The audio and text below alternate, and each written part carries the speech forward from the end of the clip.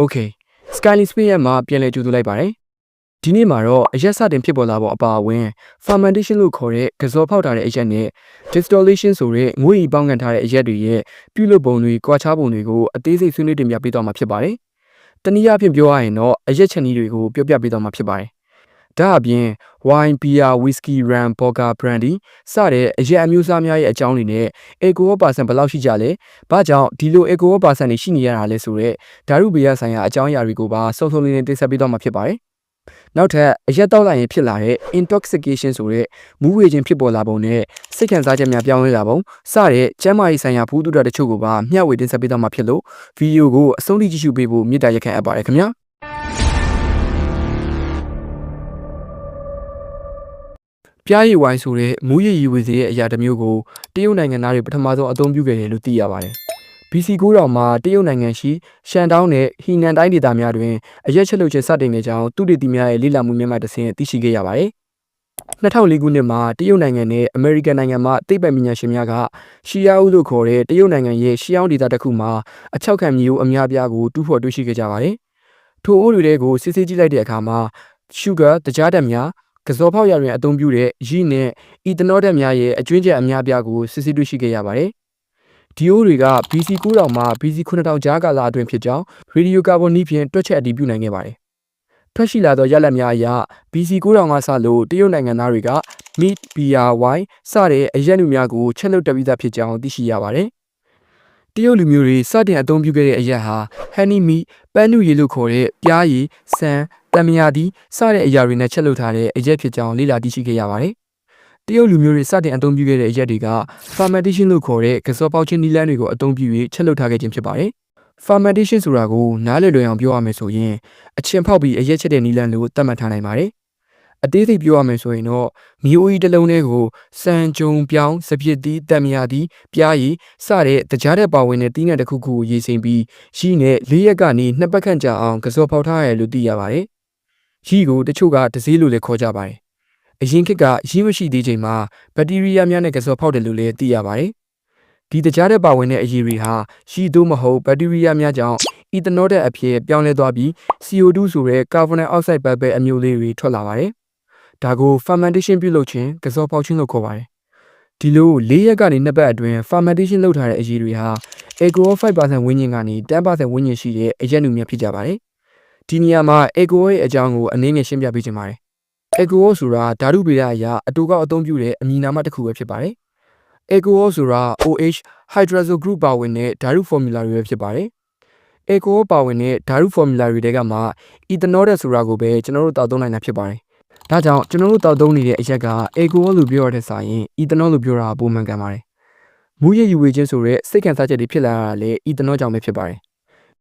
အရက်ပြန်ထဲမှာလည်း alcohol ဓာတ်ပါဝင်ပေမဲ့အရက်ပြန်က high toxic အဆိပ်ပြင်းသော methanol ဓာတ်ဖြစ်တာကြောင့်တောက်သုံးလို့မရပါဘူး။နောက်ထပ် COVID-19 မှာအသုံးများတဲ့ hand gel တွေလျှက်စစ်ပစ္စည်းတွေစက်ပစ္စည်းတွေနဲ့နောက်ဆုံးအစွန်းချွတ်စည်းတွေမှာပါအသုံးပြုကြတဲ့ alcohol ပါဝင်သော isopropane ဆိုတဲ့ဓာတု formula တစ်ခုလည်းရှိပါသေးတယ်။ထားပါ fermentation အကြောင်းဆက်ပြောမယ်ဆိုရင်ဒီလို၄ရက်ကနေ2ပတ်အတွင်းကစောဖောက်ထားတဲ့အရက်နုများကိုမီအိုတစ်လုံးနဲ့ထည့်ပြီးနှိရှည်လာများမြေမြုပ်ရထားရပါတယ်။ဒါကို aging ပြုလုပ်ခြင်းလို့ခေါ်ပါတယ်။ဒီလိုပြုလုပ်ခြင်းအပြင်အသီးနှံများရဲ့အခြေအနေနဲ့မလိုအပ်သော acid ဓာတ် harsh acid တွေကမြေအိုထဲမှာအလုံးပိတ်လိုက်တဲ့အခါအောက်ဆီဂျင်နဲ့လာပြီး slow oxidation ဖြစ်လာခဲ့ပါတယ်။ဒီလိုနဲ့နှိရှည်လာများအချိန်ကြာမြင့်လာတဲ့အခါအနံ့အသက်ကောင်းမှုပြီးပိုးရည်အရသာချုံမြင်သောအရက်နုများဖြစ်လာပါတယ်။ဥပမာ wine, champagne စတဲ့အရက်နုများကအချိန်ပူကြလေပိုသေးကြီးလေဆိုတာဒါကြောင့်ပဲဖြစ်ပါတယ်။ fermentation နည်းလမ်းနဲ့ချက်လုပ်လို့ရတဲ့အရက်နုများကတော့ wine, champagne, beer, meat, sake ခေါင်ရည်စတဲ့ alcohol 5% ကနေ10% ဝန်းကျင်ရှိတဲ့အရက်နုများဖြစ်ပါတယ်။သဘာဝအတိုင်း fermentation ပြုလုပ်ထားတဲ့အရက်နုများက alcohol 60% ထက်မပိုနိုင်ဘူးလို့သိရပါတယ်။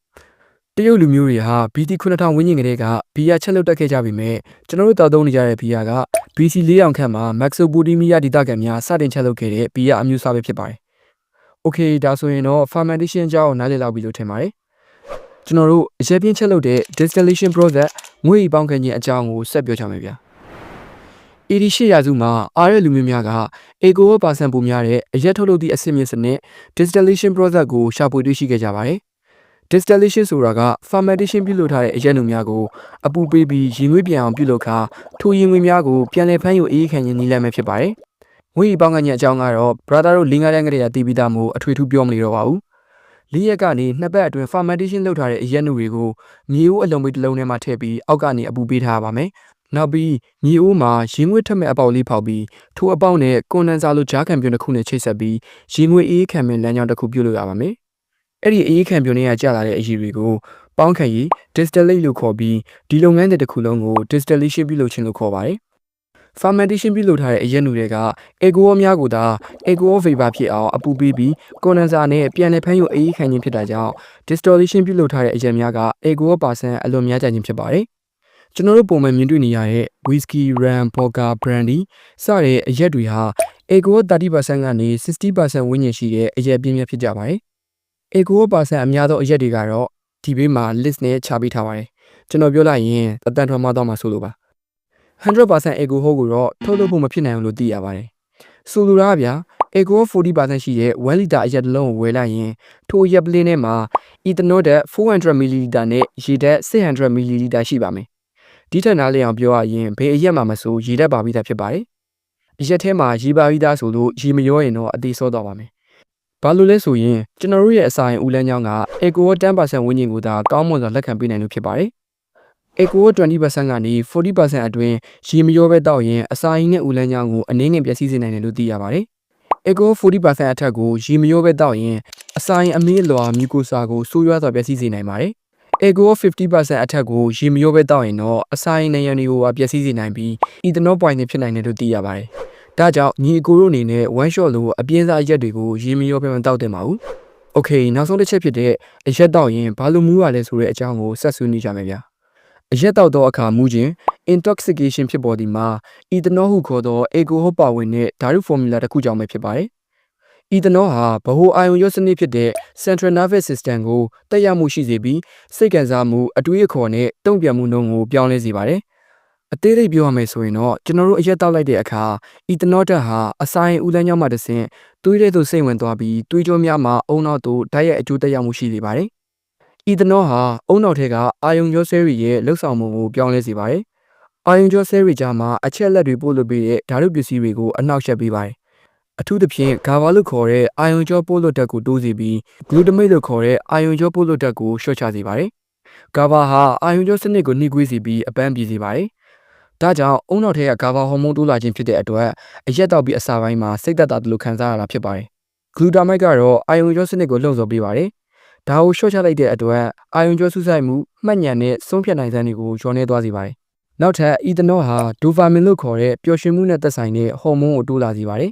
။ဒါကြောင့်နည်းနည်းကောင်းလာပြီဆိုရင်ပျော်ရွှင်မှုတက်တောင့်တက်တာခံစားမှုတွေကိုဖြစ်ပေါ်လာစေတာပါ။အရက်တောက်ရတာကိုကျွန်တော်လည်းကြိုက်ပေမဲ့နေ့တိုင်းတောက်နေရင်တော့အဆင်မပြေပါဘူး။ကြိုက်လို့နေ့တိုင်းတောက်တဲ့ညီအကိုတွေအတွက်လည်းအသက်ရှည်ရှည်နေရအောင်အရက်မတောက်ခင်အစာနည်းနည်းစားထားဖို့နဲ့ရေများများရောဖို့အကြံပေးချင်ပါတယ်။ဆိုတော့ဒီနေ့ဗီဒီယိုလေးကတော့ဒီလောက်ပါပဲ။အဆုံးထိကြည့်ရှုပေးတဲ့တယောက်ချင်းစီတိုင်းကိုအထူးပဲကျေးဇူးတင်ရှိပါတယ်ခင်ဗျာ။